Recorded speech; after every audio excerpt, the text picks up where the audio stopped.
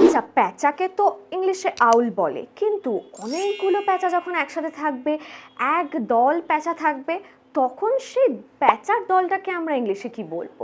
Group of owl is called a parliament of owl, a parliament of owl. আর এক দল কাক, কাকেদের গ্রুপকে ইংলিশে বলে a murder of crows, a murder of crows. জানি না কাকেদের গ্রুপটাকে এত ভয়ঙ্কর কেন নাম দিয়েছে। আমরা তো জানি যে কাক তো ঝাড়ুদার পাখি, তাই না?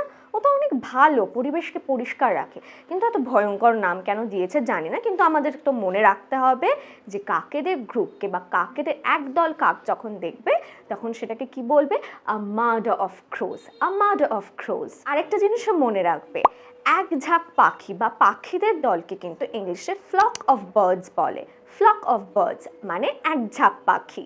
ময়ূর মানে পিকক, তো পিককদের গ্রুপকে আমরা ইংলিশে কি বলবো? A master of peacock, a master of peacock. টিয়া পাখি, টিয়া পাখির ইংলিশ তো প্যারটস, কিন্তু এদের দলকে বলে a pandemonium of parrots, a pandemonium of parrots. তো আজকে এই বার্ডস রিলেটেড ভিডিওটা তোমাদের কেমন লাগলো, আর কারা কারা বার্ডস লাভার আছো আমাকে অবশ্যই কিন্তু কমেন্টে জানিও। আশা করছি আজকের ভিডিওটা ইউজফুল ছিল। That is it for today.